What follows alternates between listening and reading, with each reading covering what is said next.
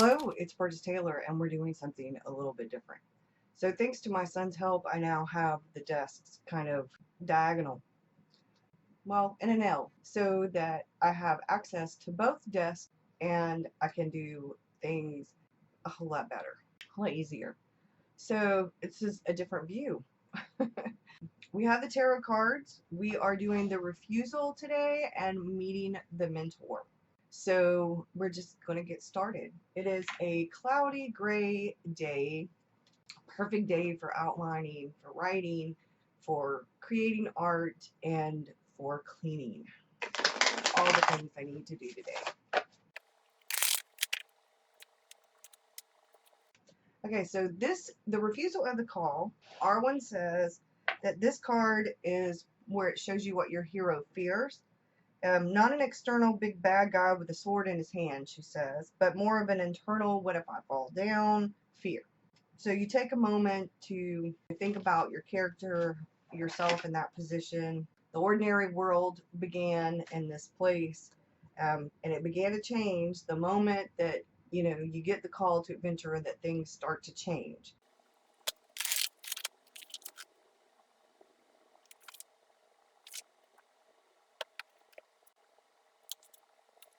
So I have the Ace of Pentacles for the refusal.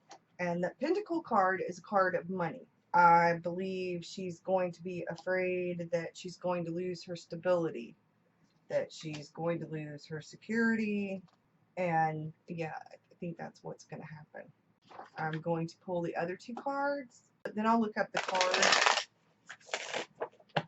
and see what the cards say.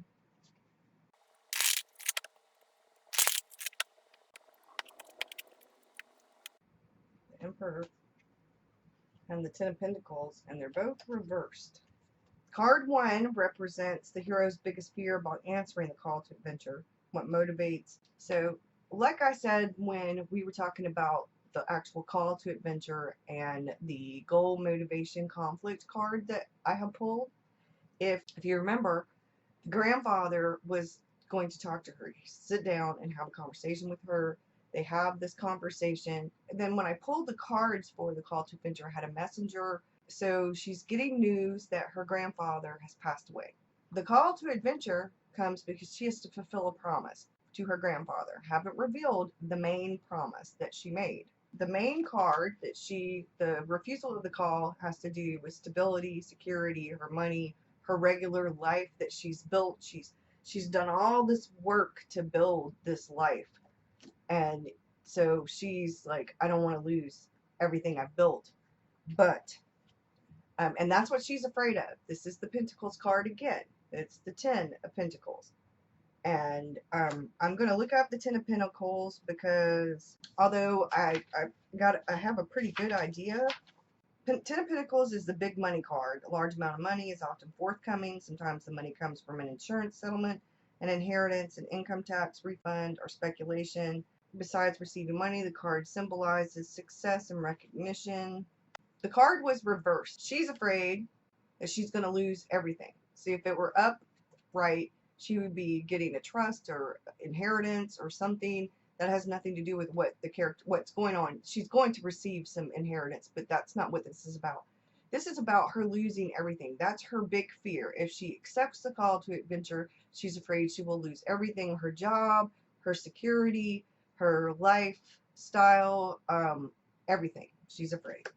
So then I have the Emperor, which is the card that represents what responsibilities she cannot abandon in order to do the call to adventure. Well, the Emperor, like the 10 of Pentacles, was reversed. She no longer has those responsibilities. Her grandfather's just died, so her big responsibility is actually to herself and to the promise she made to her grandfather. But we're going to look up the Emperor just in case, because, I have to. Determination, taking action, initiative. If I have this right, okay, she understands that she's not living her life fully. She understands that she's become a hermit, and she feels like her responsibilities as a teacher, her responsibility to keeping the life that she's built so that it doesn't all fall down around her. I think that's why the Emperor's upside down. Her grandfather's death has left her world upside down. And now she's even more afraid than ever. She's more afraid than ever. So the refusal of the call, she's not going to want to fulfill the promise that she made him. She's second guessing herself. She really is.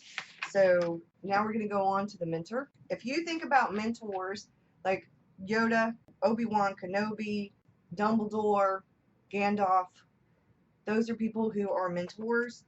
We're going to go shuffle the cards and we're going to find the mentor. I haven't picked the name for this character yet. The name of the love interest came to me, but I haven't picked the name of this character yet. I'm still in the naming character stages. I'm about to start a Pinterest board for the novel. So I'm doing a lot of the work for the novel, getting everything ready. NaNoWriMo, it's not that far away, y'all. Today's the 4th. We basically have 4.5 weeks before NaNoWriMo. So, the mentor. I'm really excited about this card. Okay, so the card that I pulled is the King of Wands. And he's got this wand in his hand, so he's an authority figure. I'm thinking Merlin's staff, Gandalf's staff, that is reminiscent of that. The King of Wands is a mature man with blonde or gray hair and blue eyes. He's wise, at least mid-30s or older, honest, conscientious person. He's good with people, sharp. Kings relate to the conclusion of a matter. Certainty and inner satisfaction are two possible characterizations of the King of Wands. The king holds on to his wand to sustain his strength and inspiration. They are mature individuals who have lived a life and deserve respect for their wisdom. So she says that the mentor comes to the hero to bring the hero confidence, advice, or some type of training. Maybe it's a magical flying carpet or a faithful old dog or an actual person. So card 1 that you pull with it represents how the hero sees the mentor at first. This is the card that I pulled. Not looking too good. Swords, the 10 of Swords. So maybe she's in some way, shape, or form blaming this person for the death of somebody, or maybe she's just symbolizing him. Maybe she's put some kind of, in her head, she sees him as representing. Haven't figured that out. I'm still working on it. So the next card is the Ace of Swords. And card 2 offers what the most important lesson the hero will learn from the mentor. The Ace of Swords indicates triumph, victory, great strength. I got the strength and stuff from there. It's a new start or a change to something challenging like a career. It's a fortunate for work when it appears in Spread Next Fortune. It's a great determination and mental clarity card. This card represents the end of a matter. So let me pull this over. So you have, these are the 2 cards that go side by side with the mentor.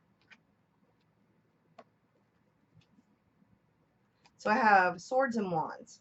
Now, the 10 of Swords represents the end of a matter. A turning point is reached. A great catharsis occurs. Reach the bottom, and so we'll now start to move upward. The Sky Lightning shows a bit of hope. The swords are in energy points of the body, and so this card can indicate a spiritual awakening. Pertaining to health, this is a card of major surgery. One needs to be careful, pull muscles. Health. Okay, so I was looking at it wrong, because you look at the sky and you do see the birds and the sun and stuff like that coming from there, and I see that ray of light, but all she could see is the death. I think all she can see is the death. She's not seeing what's in front of her. It's the forest for the trees thing again. And then this is the Ace of Swords. So we have the mentor. I know this has been a little bit like rushed, but as I go through, I'll have more stuff. The next time I do I think the next one is crossing the threshold.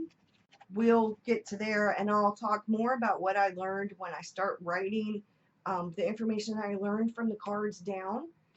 This is the pulling of the cards, and as we get to crossing the threshold, I'll do more.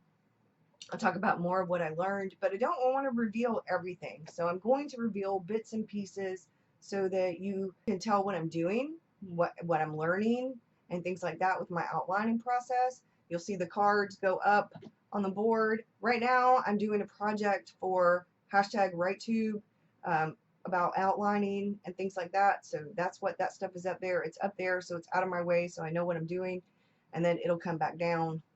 And I actually probably go on my wall above my computer. At least one of them is going to go on the wall. Two of them maybe. The big idea one. See the light bulb? And then the like sketch notes that I did for how to outline a novel, beginning, middle, end, whether you're a pantser or a plotter. Have a good one, y'all. Thanks for watching. I really appreciate it. I'll see you again soon. I'm going to do a small video. I'll probably upload it Thursday for how to NaNoWriMo. I have done quite a few of those videos, but with us getting closer and closer to Nano, to the middle of October, I think give some advice so that people can get some things going ahead of time in case they need to do a couple of things before NaNoWriMo actually starts, because not everybody's a pantser.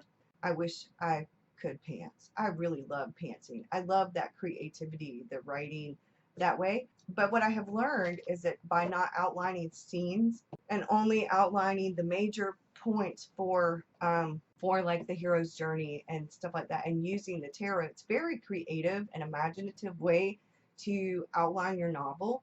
The hero's journey is a outline method that I understand, and using the tarot uses creativity and my imagination, and it keeps it interesting and fun.